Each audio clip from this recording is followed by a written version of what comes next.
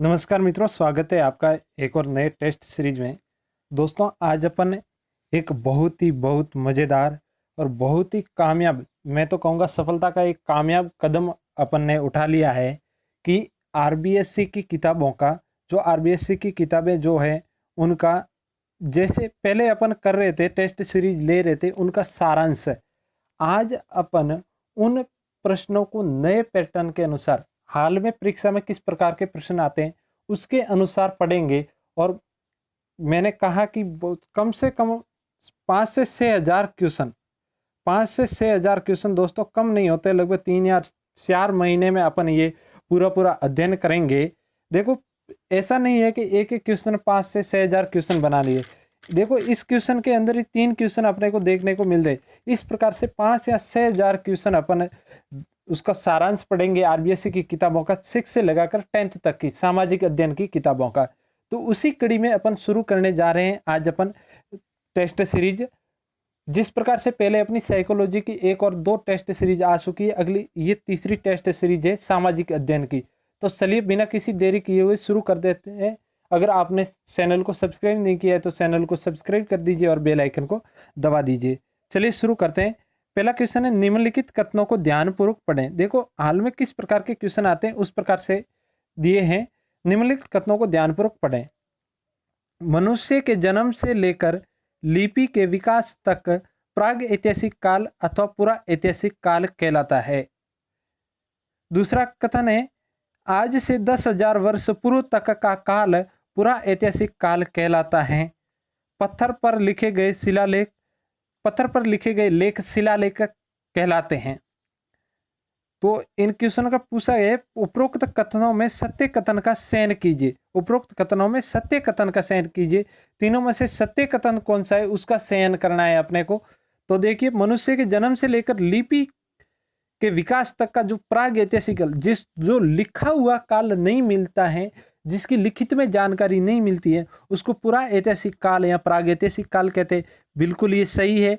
आज से 10,000 वर्ष पूर्व तक का काल पूरा ऐतिहासिक काल कहलाता है, ये भी सही है।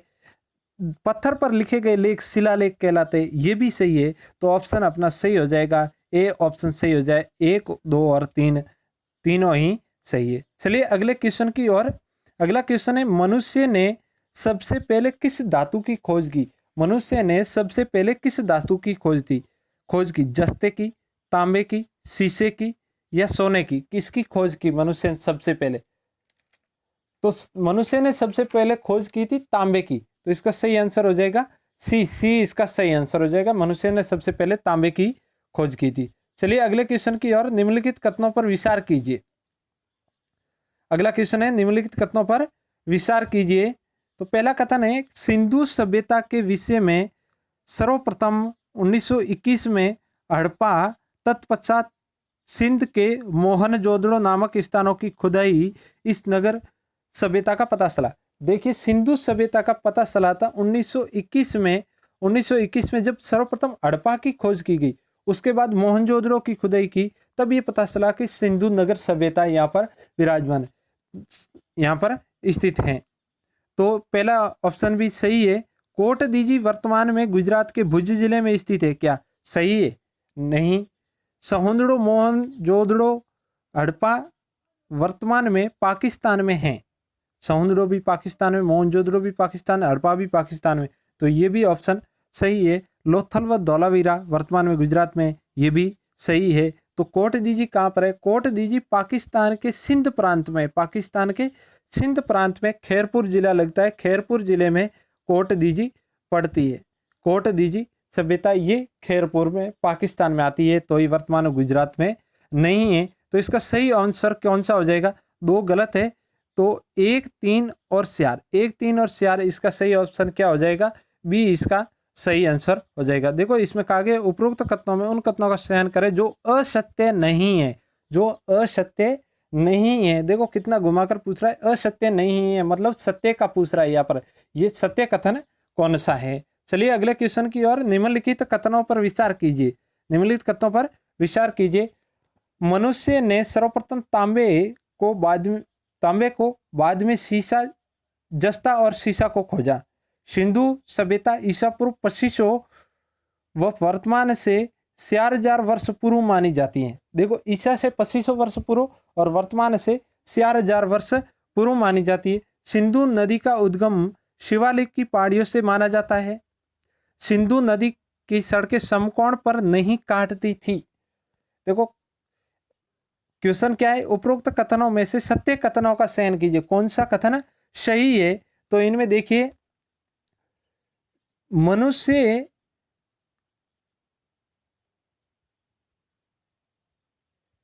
चलिए देखिए, इसमें थोड़ा मिसप्रिंट हो गया है। असत्य कथनों का यहां पर लिखना था, असत्य कथनों का चयन करना है यहां पर। तो असत्य कथन कौन से हैं? देखो, मनुष्य ने सर्वप्रथम तो तांबे को खोजा था, लेकिन उसके बाद सीसा जस्ता की तो बात ये बाद की है, तो पहला ऑप्शन तो गलत हो जाएगा।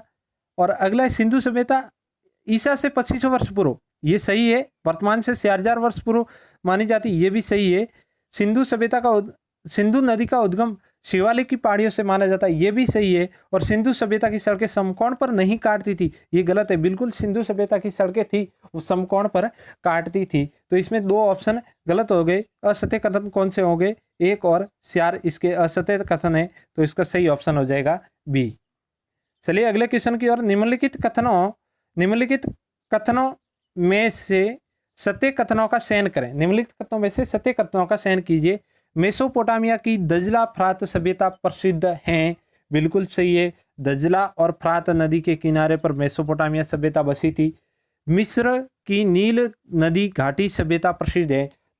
मिस्र सभ्यता थी वो नील नदी घाटी पर ही पनपी थी। अगली सीन की ह्वांग-हो नदी की घाटी सभ्यता प्रसिद्ध है। सिंध की, बिल्कुल ह्वांग-हो नदी के किनारे पर सिंध की सभ्यता उत्पन्न हुई थी। भारत पाक की सिंधु घाटी सभ्यता प्रसिद्ध है, ये भी सही है। तो इसमें पूछा गया निम्नलिखित सत्य कथनों का चयन करना है। तो सत्य कथन 1, 2, 3 और 4 चारों ही क्या है? सत्य। तो इसका सही ऑप्शन हो जाएगा ए। चलिए अगले क्वेश्चन की ओर।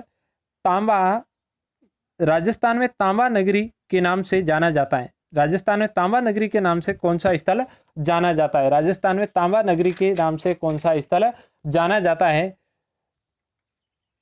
तो देखिए, गिलुंड, आहड़, बेराट या कालीबंगा। राजस्थान में तांबा नगरी के नाम से कौन सा स्थल जाना जाता है? तो आहड़ जो सभ्यता है, आहड़ सभ्यता को तांबा नगरी के नाम से जाना जाता है, तांबा नगरी के। तो इसका सही ऑप्शन हो जाएगा बी, इसका सही आंसर हो जाएगा। चलिए अगले क्वेश्चन की और। निम्नलिखित कथनों पर विचार कीजिए। 7वां नंबर क्वेश्चन है, निम्नलिखित कथनों पर विचार करें। तो पहला कथन है, कालीबंगा घग्गर नदी के किनारे स्थित था। कालीबंगा घग्गर नदी के किनारे स्थित था, बिल्कुल सही है ये। आहड़, गिलुंड दोनों स्थलों की सभ्यता आहड़ संस्कृति के नाम से जानी जाती है। बागोर जो कोठारी नदी के किनारे पर बागोर सभ्यता है, से पाषाणकालीन व ताम्रकालीन उपकरण प्राप्त हुए। बागोर सभ्यता से पाषाणकालीन एवं ताम्रकालीन सभ्यता के उपकरण प्राप्त हुए। उपरोक्त में सत्य कथन बताइए। इसमें से क्या बताना है? सत्य कथन बताना है। कौन सा इसमें सत्य कथन है? तो देखो, कालीबंगा घग्गर नदी के किनारे पर था, बिल्कुल सही है। आहड़ और गिलुंड दोनों स्थलों को आहड़ संस्कृति के ही नाम से जाना जाता है, ये भी सही है। बागोर जो कोठारी नदी के किनारे में, इसमें पाषाणकालीन और ताम्रकालीन उपकरण दोनों ही काल के उपकरण प्राप्त हुए। तो इनमें सही ऑप्शन हो जाएगा बी, इसका सही आंसर हो जाएगा। इसका सही आंसर हो जाएगा बी। चलिए नेक्स्ट क्वेश्चन की ओर। निम्नलिखित कथनों पर विचार करें। नौहा भरतपुर से लोहे की कुल्हाड़ी प्राप्त हुई। नौहा भरतपुर से लोहे की कुल्हाड़ी प्राप्त हुई। चंद्रावती सिरोही में है, यहाँ किले के अवशेष व अनाज के कोठार मिले हैं। चंद्रावती परमार वंश की राजधानी थी। उपरोक्त में से असत्य कथन नहीं है। असत्य कथन नहीं है मतलब सत्य कथन कौन से? उपरोक्त में से सत्य कथन कौन से हैं?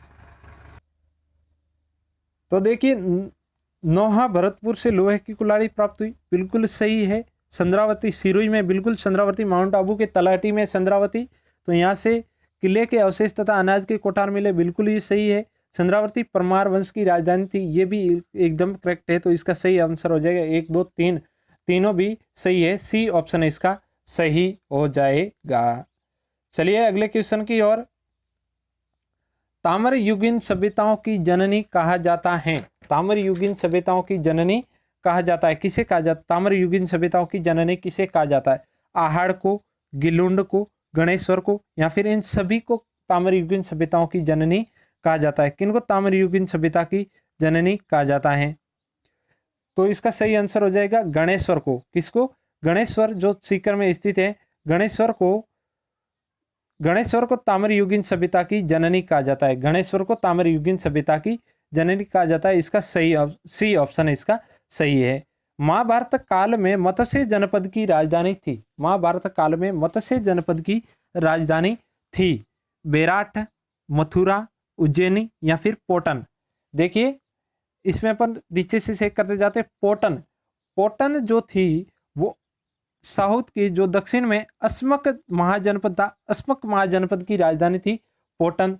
उज्जैनी वो थी अवंती राजवंश की, अवंती महाजनपद की राजधानी थी, वो थी उज्जैन।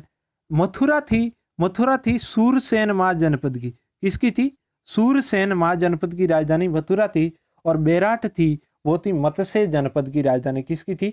मत्स्य जनपद की राजधानी। तो इसका सही ऑप्शन क्या हो जाएगा? ए इसका सही आंसर हो जाएगा। मत्स्य जनपद की राजधानी थी बेराट। चलिए नेक्स्ट क्वेश्चन की ओर, अंतिम क्वेश्चन आज का। निम्न में से सत्य कथन बताइए। निम्न में से सत्य कथन बताइए। तो बेराट से अशोक के शिलालेख मिले। बेराट से अशोक के शिलालेख मिले हैं।